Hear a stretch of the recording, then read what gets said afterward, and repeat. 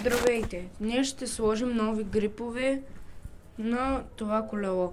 Ето ги гриповете, ще ги сложим с завинтване са, което е много по-удобно от тези с гумата. По-трудно се махат, а тези са лесни. Само от стягането. Сега издърпваме. В студени условия не се прави, както аз сега, но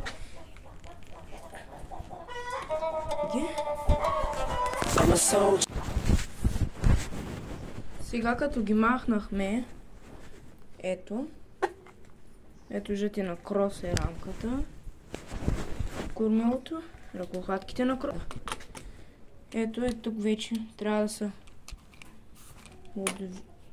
ето, сложих ги.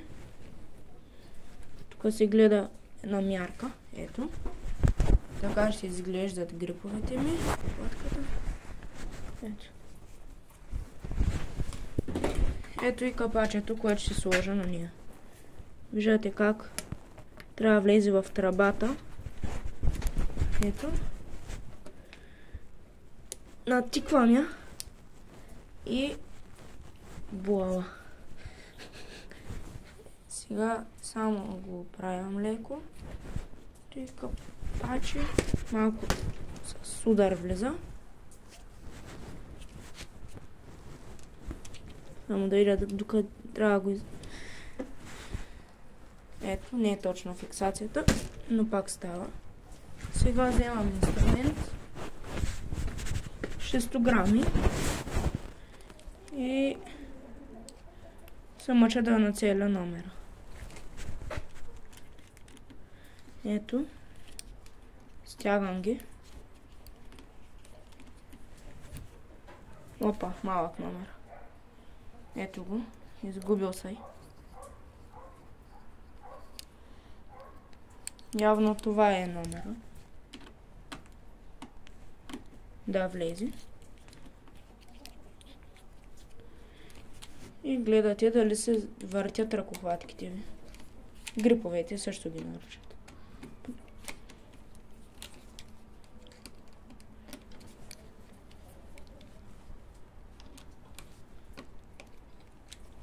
След като ги сложихме,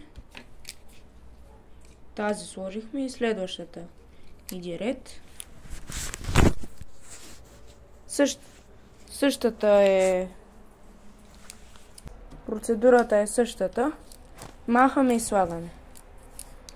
Ето ги затегнах, но не прекалено. И ето грипа.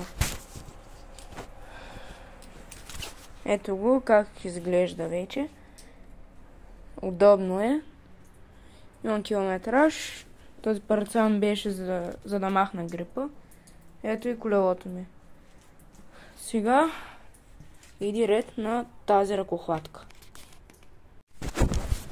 Сега след като сложих тези грипове, сега ще ги завинтя. Да ги стегна да не се въртят докато карам. След като ги стегна, ето тези тапи, ги с удар ги набутвам вътре. И е готово.